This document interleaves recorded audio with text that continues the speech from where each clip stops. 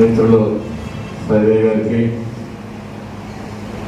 మరి పోలూరు నరసింహారావు గారు ఈనాటి ముఖ్య అతిథి, మున్సిపల్ చైర్మన్ గారికి, వేదికను అలంకరించిన మాజీ మున్సిపల్ చైర్మన్ మరి పెద్దలు కూల్శెట్టి వెంకటేశ్వర గారికి, మారం ప్రసాద్ గారికి, యలమంద గారికి, సత్యం గారికి, అనిల్ గారికి, వెంకటరామరెడ్డి గారికి, మరి మదాన్ సాయి గారికి, ఇంకా కస్కస్ అంట, మరి కస్కస్ అంటే ఏంటో నాకు తెలియదు.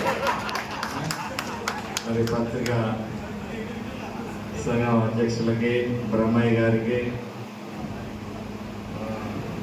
రమణారావు గారికి, రామారావు గారికి, రామకృష్ణ గారికి, అందరికీ కూడా పేరు పేరున హృదయపూర్వకమైన నమస్కారం.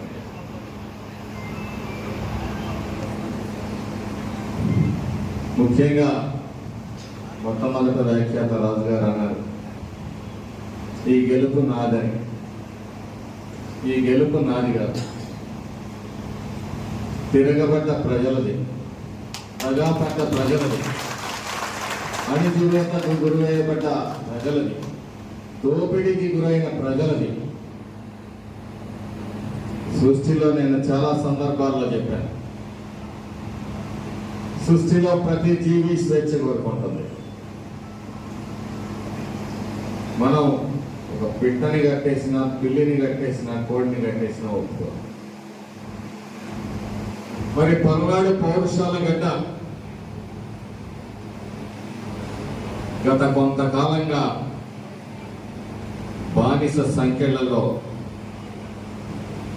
కట్టివేయబడి స్వేచ్ఛ కోసం ప్రజలు పరితపించి ఒక నాయకుడు మాకు అండగా వచ్చాడని చెప్పేసి మీ అందరూ ఒకటి, మీ అందరూ స్వేచ్ఛ కోసం అయితేనేమి, మంచి కోసం అయితేనేమి, సంక్షేమం కోసం అయితేనేమి ఆలోచించి మరి ఈ అఖండమైన విజయాన్ని చేకూర్చిన మీ అందరికీ కూడా పేరు పేరున ధన్యవాదాలు తెలియజేస్తాను.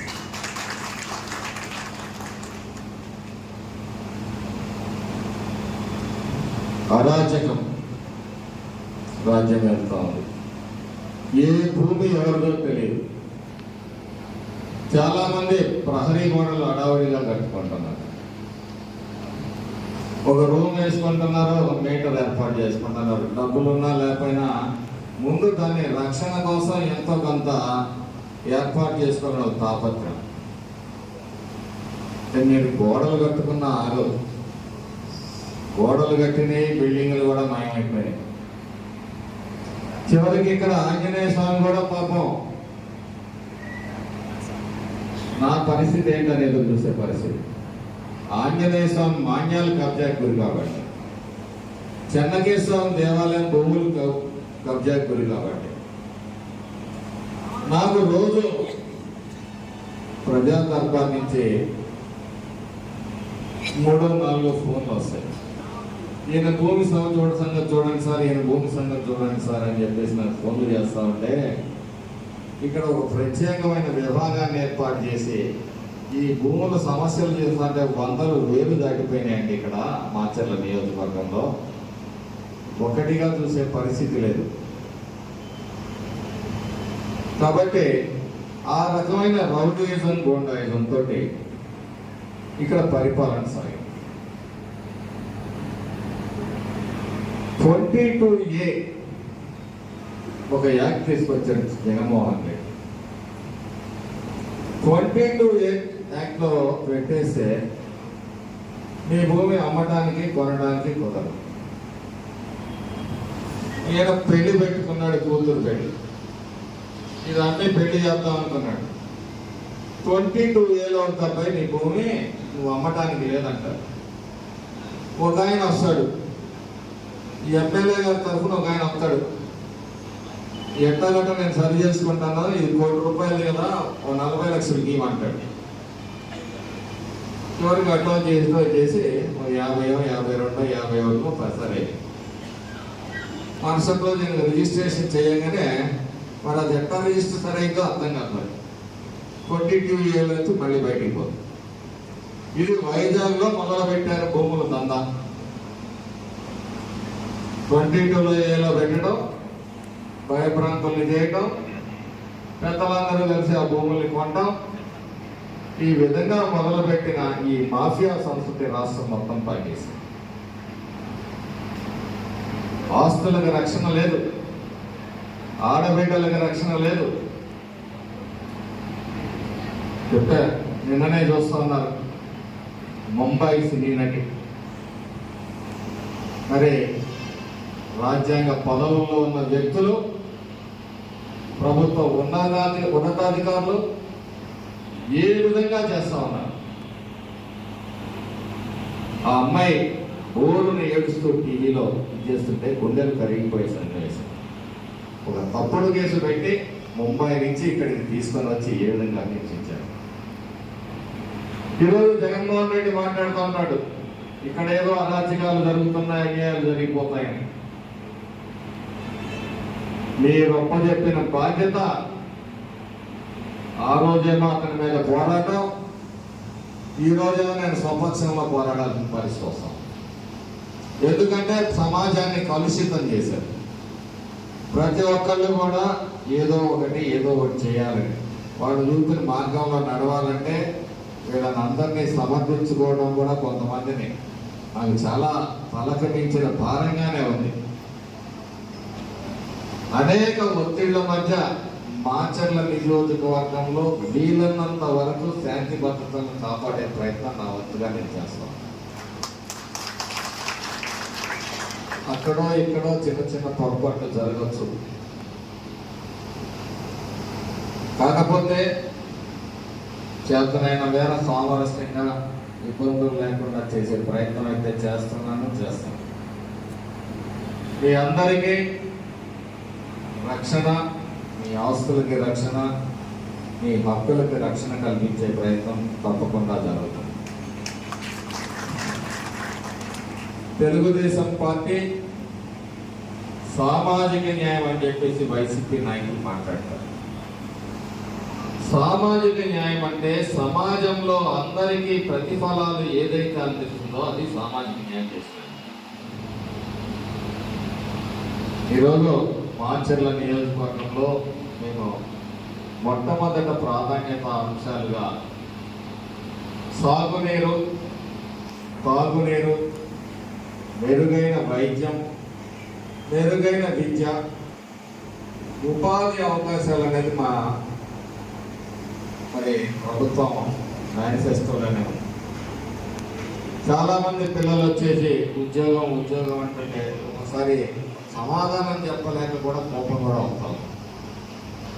ఉదయం 7 గంటల నుంచి రాత్రి 11 గంటల దాకా ఏదో ఒక సమస్య. ఈ 20 ఏళ్ల సమస్యల్ని ఒక్కరోజు తీర్చాలంటే సాధ్యమయ్యేది కాదు. అది ప్రజల సమస్యలు కావచ్చు, మా పార్టీ కార్యకర్తల సమస్యలు కావచ్చు. మా పార్టీ కార్యకర్తలు కూడా ఈ సందర్భంగా చెప్తా ఉన్నాం, ఇంకా 4 సంవత్సరాలు 9 నెలలు పదవీ కాలం ఉంది. చంద్రబాబు నాయుడు గారు ముఖ్యమంత్రిగా ఉంటారు. ఈరోజు ఈ రాష్ట్రం సుడిగుండంలో నుంచి మరి ఒడ్డుకు చేసే ప్రయత్నంలో ఆయన అహర్నిశలు పాటుపడతా ఉన్నారు. 73 ఏళ్ల వయసులో మరి జగన్మోహన్ రెడ్డి తాడేపల్లి ప్యాలెస్ లో కూర్చొని అడుగు కదలకుండా బయటకు రాకుండా గడిపాడు 5 సంవత్సరాలు. మరి 73 ఏళ్ల వయసులో చంద్రబాబు నాయుడు గారి తాపత్రయం ఈ రాష్ట్ర ప్రజల కోసం, ఈ రాష్ట్ర భవిష్యత్తు కోసం, ఈ రాష్ట్రం మరి పరిస్థితిని చక్కదిద్దే ప్రయత్నంలో, అలాగే ఎవరైతే ఈ రాష్ట్ర ఖజానాన్ని లూటీ చేశారో మరి వాటి మీద మరి సరైన విచారణ జరిగేందుకు మరి ప్రయత్నాలు, అలాగే అనేక రకమైన మార్పులు, చట్టంలో ఏ మార్పులు తీసుకురావాలి, ఏం చేయాలి, ప్రజలకు మెరుగైన ఇది ఎలా కలుగజేయాలి, సంస్కరణలు తీసుకురావడానికి ఆయన నిరంతరం కూడా అధికారులతో చర్చలు జరపాలి. ఒక శాసనసభ్యుడిగా నేను వెళ్ళినప్పుడు కూడా 2 నిమిషాలు కూడా ఆయనతో ప్రస్తుతం మాట్లాడే అవసరం లేదు. అంటే ఆయన ప్రాధాన్యత ముందేముందంటే ఈ రాష్ట్రాన్ని సరిచేయాలి, ఈ రాష్ట్ర ఆర్థిక పరిస్థితిని సరిచేయాలి. ఇప్పుడున్న వాళ్ళకి జీతాలు, వృద్ధులకు పెన్షన్లు, మన స్కీమ్స్ ఇచ్చినవన్నీ కూడా హామీ చేయాలంటే ఇది అల్లావుద్దీన్ అద్భుత దీపంగా ఒకరోజు హాంఫర్ట్ అంటే అయిపోతుంది. మరి వీటన్నిటినీ సరిదిద్దే ప్రయత్నంలో ఆయన 17 గంటలు శ్రమించి పనిచేస్తున్నారు. ఈరోజు మాచర్ల మున్సిపాలిటీకి వస్తే మరి బుగ్గవాగు నుంచి మంచినీళ్ళు సరఫరా చేస్తామని చెప్పి హామీ ఇచ్చిన గత పాలకులు హామీని గాలి వదిలేశారు. బుగ్గవాగు నుంచి నీళ్లు దేవుడారు. ఉన్న ఫిల్టర్ బెడ్లో 6 సంవత్సరాలుగా వాటిని క్లీన్ కూడా చేయని పరిస్థితి. చివరికి అన్ని బ్లాక్ అయిపోయి 3 రోజులు 4 రోజులు నీళ్ళు అయిపోయిన పరిస్థితిని కూడా చూశారు. అప్పుడు హడావుడిగా నర్సరావుపేట నుంచి ఇంజనీర్లు పిలిపించి సర్వీస్. ఇప్పటికీ పూర్తిగా పని పూర్తవుతాయి.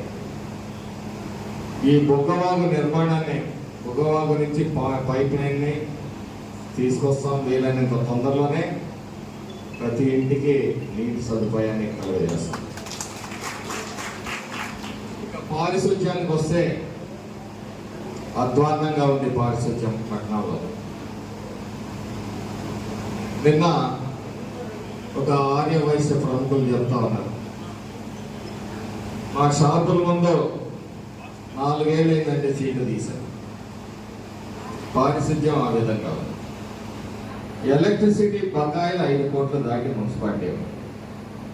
ప్రాధాన్యత లేని అంశాలకి మున్సిపాలిటీ దోపిడీకి గురై డబ్బులైతే డ్రా అయినాయి కానీ ఇక్కడ పనులు అయితే జరగలేదు.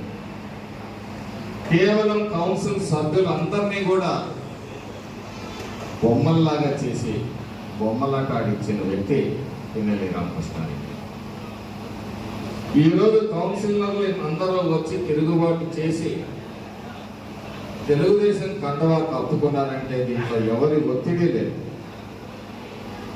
కేవలం ప్రజల దృష్టిలో మేము అసమర్థులుగా మిగిలిపోతారేమో, కనీసం ఈ 40 నెలలు జరిగిన తప్పనే ఈ 20 నెలల్లో మేము సరిదిద్దుకోవాలి, అంతో ఎంతో ఇక్కడ అభివృద్ధి చూపాలి. తెలుగుదేశం పార్టీ మరి ఎప్పుడు అభివృద్ధి అంటే తెలుగుదేశం పార్టీ కాబట్టి చంద్రబాబు నాయుడు గారి మీద, నాయకత్వం మీద నమ్మకంతో పార్టీలో చేరడం జరిగింది. ఇందులో కూడా నేను అనేక విమర్శల్ని, ఇబ్బందుల్ని ఎదుర్కొన్నాను. అయినప్పటికీ నేను చెప్పేది ఒకటే, మాచర్ల మున్సిపాలిటీని అభివృద్ధి పథంలో పెట్టాలి. మరి 5 కోట్ల కరెంటు బకాయిలు ఉన్నాయి, పారిశుధ్యం లేదు, నీళ్లు లేవు. మరి గత పాలకులు రోడ్లు లేవు, ఏం చేశారనేది అర్థం కనిపిస్తుంది. అదే మున్సిపల్ సమావేశంలో చెప్పారు వక్తలు, కౌన్సిలర్స్, 2 కోట్ల రూపాయలు ఒకే వ్యక్తి పేరు మీద పనులు చేయకుండా డ్రా చేసుకున్నారు. ఇది ఒక మున్సిపాలిటీలోనే కాదు, ఈ నియోజకవర్గంలో చాలా గ్రామాల్లో కూడా పనులు చేయకుండా డబ్బులు దోచేశారు. ఖచ్చితంగా అన్నింటినీ బయటికి తీస్తాం. దేవాలయాల భూములు కబ్జా చేశారు, వాటిని బయటికి తీస్తాం. అన్నిటినీ ఇచ్చేసి రేపు సెప్టెంబర్ నెలలో చంద్రబాబు నాయుడు గారు ఈ రాష్ట్రంలో రెవెన్యూ సమస్యలు అనేకం ఉన్నాయి కాబట్టి రెవెన్యూ సదస్సులు నిర్వహించి ప్రజల నుంచి అర్జీలు తీసుకోండి, మీ భూ సమస్యలు ఏమన్నా ఉంటే ముందు ప్రజల నుంచి అర్జీ తీసుకొని మరి మెల్లిగా ఒక్కొక్కటి సార్ట్అవుట్ చేసుకుంటున్నారు రండి అని చెప్పేసి ఆదేశం ఇవ్వడం జరిగింది. బహుశా మొదటి వారం కావచ్చు, 2వ వారంలో కావచ్చు రెవెన్యూ సదస్సులు మొదలైతాయి. ఈ అవకాశాన్ని ప్రజలు వినియోగించవలసిందిగా కూడా కోరుతాం.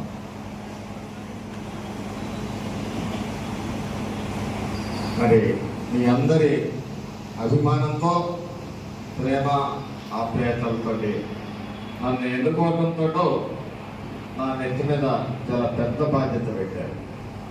20 సంవత్సరాలుగా ఇక్కడ కుంటుబడిన లేకపోతే దోపిడీకు వంచనకు గురి కాబట్ట ఈ సమస్యలన్నీ పరిష్కరించాలంటే నాకు తలకు మించిన భారం.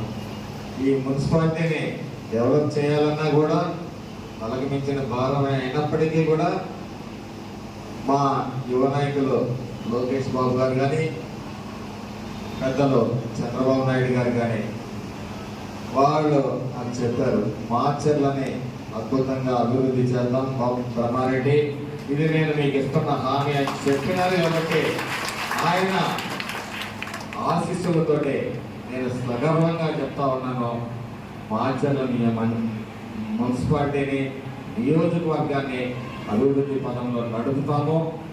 అన్ని పల్నాడు జిల్లాలో 7 నియోజకవర్గాల్లో కూడా మార్చర్లే వెనుకబడి ఉందంటే మరి కారణం మీరు అర్థం చేసుకోవాలి.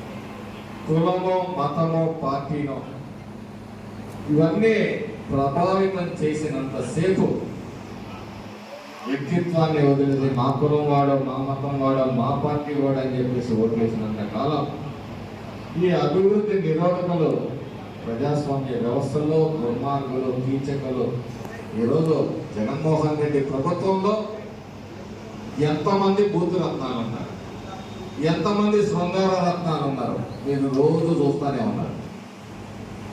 ఆ నవరత్నాలు, దోపిడీ రత్నాలు, దౌర్జన్య రత్నాలు, కబ్జా రత్నాలు, అట్లా నవరత్నాలు అయ్యి ఆయన ఇచ్చిన నవరత్నాలు కొత్త ఏమి కాదు, కొత్త సీసాలో పాత సారాలంటే. మరి ఈ 11 మంది సభ్యుల్ని దాటుతుందేమో ఈ శృంగార రత్నాల చరిత్ర అనిపిస్తుంది. అది 11 దాటి 151 చేరుద్దామని కూడా భయం లేకపోలేదు. అంటే ఏ రకంగా వ్యవస్థల్ని నాశనం చేశారు, పోలీసుల్ని, వాళ్ళని, వీళ్ళని, వ్యవస్థల్ని అడ్డం పెట్టుకొని ఇష్టానుసార్యం మరి దోపిడీ చేసుకుంటూ వచ్చారు. చివరికి సిగ్గుచేటు ఐఏఎస్లు, ఐపీఎస్లు, మంత్రులు, ఎంపీలు, ఎమ్మెల్యేలు కూడా ఇలాంటి కార్యక్రమాల్లో భాగస్వాములు అయ్యారు. అంటే ప్రజాస్వామ్యం, ముఖ్యంగా ఆంధ్ర రాష్ట్ర పరువుని చంద్రబాబులో కలిపేశారు. ఒకప్పుడు ఆంధ్రప్రదేశ్ అంటే అభివృద్ధి. ఈరోజు ఈ 5 సంవత్సరాల పరిపాలనలో 20 సంవత్సరాల వెనక్కి పోయింది ఆంధ్రప్రదేశ్. మరి చంద్రబాబు నాయుడు గారి శాపగ్రస్తుడేమో నాకు తెలియదు, కానీ ప్రతిసారి పాపం ఆయన ఆంధ్రప్రదేశ్ జంట నగరాలు హైదరాబాద్ నిర్మించి ఐటీ విప్లవాన్ని తీసుకొని వచ్చి మన బిడ్డలందరికీ విద్య ఉద్యోగ అవకాశాలు కల్పించి ఈరోజు సమాజాన్ని ఒక స్థితికి తీసుకొని నిలబెడితే మరుక్షణం మరి ఓడిపోవడం జరిగింది. ఆ తర్వాత విభజిత ఆంధ్రప్రదేశ్ని గాడిన పెట్టి ల్యాండ్ పూలింగ్ చేసి అంతా ఇది చేస్తే నేను ఇందాక చెప్పాను, కులము, మతము, పార్టీలో సుష్ట వాగ్దానాలకు ఆకర్షితులై మళ్ళీ ఈ రాష్ట్రాన్ని మళ్ళీ 20 సంవత్సరాలు తీస్తారు. మళ్ళీ ఈ బూజు దులిపే, రాష్ట్రానికి పట్టిన బూజు దులిపే కార్యక్రమం, బురద గడిగే కార్యక్రమం రాష్ట్ర ప్రజలతో చెప్పారు. ఆయన ఈరోజు ముఖ్యమంత్రిగా సుఖపడుతున్నదేం లేదు. నాకు ఈ ప్రజలు ఇన్ని సంవత్సరాలుగా నాకు ఒక గౌరవం ఇచ్చారు. ఈ ప్రజల కోసం మరొక 5 సంవత్సరాలు త్యాగం చేస్తామని చెప్పేసి ఆయన ఈ వయసులో ఈరోజు కష్టపడతాను. ముఖ్యంగా ఈరోజు ఆర్య వయసు సోదరులకు అందరికీ ఒక మాట చెప్పదలుచుకున్నాను.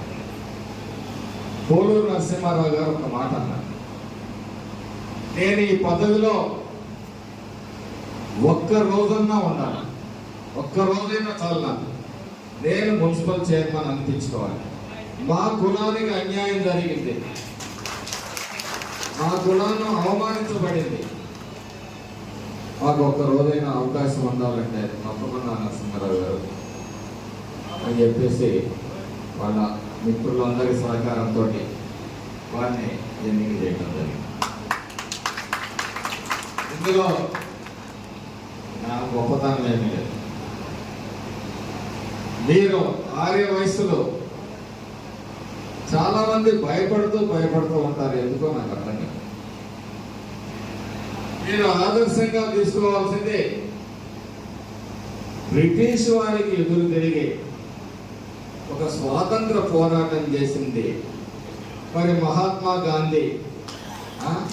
వారి బ్రిటిష్ వారి తోటాలకు ఎదురుపడినటువంటి స్వాతంత్ర పోరాటం చేసి ఈ జాతిని మొత్తం ఏకతాటిపై నలిపిన వ్యక్తి మహాత్మా గాంధీ మీవాడనే విషయాన్ని మీరు మర్చిపోయారా? ఈ రాష్ట్ర ఉమ్మడి మద్రాసు నుంచి మరి ప్రత్యేక ఆంధ్ర రాష్ట్రం విడిపోయేటప్పుడు 59 రోజులు నిరాహార దీక్ష, ఆమరణ నిరాహార దీక్ష ఈ రాష్ట్రం కోసం ప్రాణాలు వదిలిన పొట్టి శ్రీరాములు గారిని మర్చిపోయారు. మీరు ఆదర్శంగా తీసుకోవాల్సిందే ఆ మహానుభావుని ఆదర్శంగా తీసుకుని అన్యాయం పట్ల పోరాటం, మంచిని గౌరవించండి, దుర్మార్గాన్ని వ్యతిరేకించడంలో వెనకాడు. అప్పుడు మాత్రమే ఈ వ్యవస్థకి రక్షణ కలుగుతుంది. మనమే దుర్మార్గుల్ని తీసుకొని వచ్చి అధికార పీఠం మీద కూర్చోబెడితే మనకి ఏం మేలు జరగాల్సిన అవసరం లేదు. కీడు జరగని ప్రభుత్వాన్ని అయినా కనీసం గుర్తించాలి. మేలు చేయకపోయినా పర్వాలేదు, మీకు ఉన్న వాళ్ళకి పెన్షన్లు ఇవ్వలేదని బాధపడకూడదు. కానీ మా ఉన్నది ఉన్ని బట్టలు కొనిపోయినా మీకు పర్వాలేదు, కానీ మీ ఉన్న బట్టలు ఓడదీసే నాయకుడిని మాత్రం తెచ్చుకోపాకండి అని చెప్పి సందర్భంగా చెప్తాను. కాబట్టి అందరికీ ఆ రోజు నరసింహారావు గారి మాటల్ని గౌరవించి వారిని మున్సిపల్ చైర్మన్గా ఎన్నుకోవడం జరిగింది. ఇదే సందర్భంలో నేను ఇక్కడ ఉన్న ఆర్య వయసు ప్రముఖులందరికీ కూడా విజ్ఞప్తి చేస్తా ఉన్నాను. మా నాన్న టైంలో కానీ మా అమ్మ టైంలో కానీ ఎప్పుడు మా నాన్న పక్కన ఉన్న మిత్రులు ఎవరన్నా ఉంటే వాళ్ళ జేబులో రూపాయి తీసి ఖర్చు పెట్టారేమో, కానీ ఎవరి దగ్గర ఒత్తిడి చేసి ఒక రూపాయి ఎప్పుడు తీసుకున్న చరిత్ర, కుటుంబ చరిత్ర మాకు లేదని తెలుస్తుంది. మిమ్మల్ని ఉంగరాలు అడగను, లేకపోతే నేను వస్తేనే మీ షాప్ ఓపెనింగ్ జరగాలని నేను అడగను. ఎప్పుడన్నా సమాజానికి అవసరమైనప్పుడు మీ వంతు కూడా బాధ్యతని తీసుకోమని చెప్పి అడగటంలో మాత్రం వెనకాడని చెప్పి సందర్భంగా ఒక రోడ్డు వేస్తున్నారనుకోండి, ఒక 10-20% కాంట్రిబ్యూషన్ వేస్తే ఆ రోడ్డు అయిపోతుంది అనుకుంటే మీరు వేస్తే ఆ రోడ్డు మీద మీ పేరే పెట్టిస్తాను, నా పేరు అవసరం లేదు. ఒక మంచి పని చేస్తే ప్రభుత్వ ధనం ఇస్తుంది. దాంట్లో మీరు 20, 10, 30% ఇస్తే ఆ ప్రభుత్వ సొమ్ముతో పాటు ఆ కీర్తిని కూడా మీకే కట్టబెట్టే ప్రయత్నం చేస్తాను. మీరే కాదు, మీ కులమే కాదు, ఎవరైనా సమాజంలో పాఠం ముందుకొస్తే వాళ్ళకి వాళ్ళ పేరు మీద అక్కడ శిలాఫలకం వేసి వాళ్ళని గౌరవిస్తాం. అందుకోసం ఎప్పుడన్నా అడుగుతానేమో తప్పితే మిమ్మల్ని ఎప్పుడు కూడా మామూళ్ళు ఉంగరాలు అడిగేవే కుటుంబం మాది కాదని చెప్పి నేను సందర్భంగా తెలియదు. కాబట్టి ఇప్పటికే కాలాతీతమైంది. చూడంలో నరసింహారావు గారికి మీ అందరి ముందు అభినందనలు తెలియజేస్తూ ఈ అవకాశం ఇచ్చిన మీ అందరికీ పేరు మీద ధన్యవాదాలు తెలియజేసుకుంటూ సెలవు తీసుకుంటాం.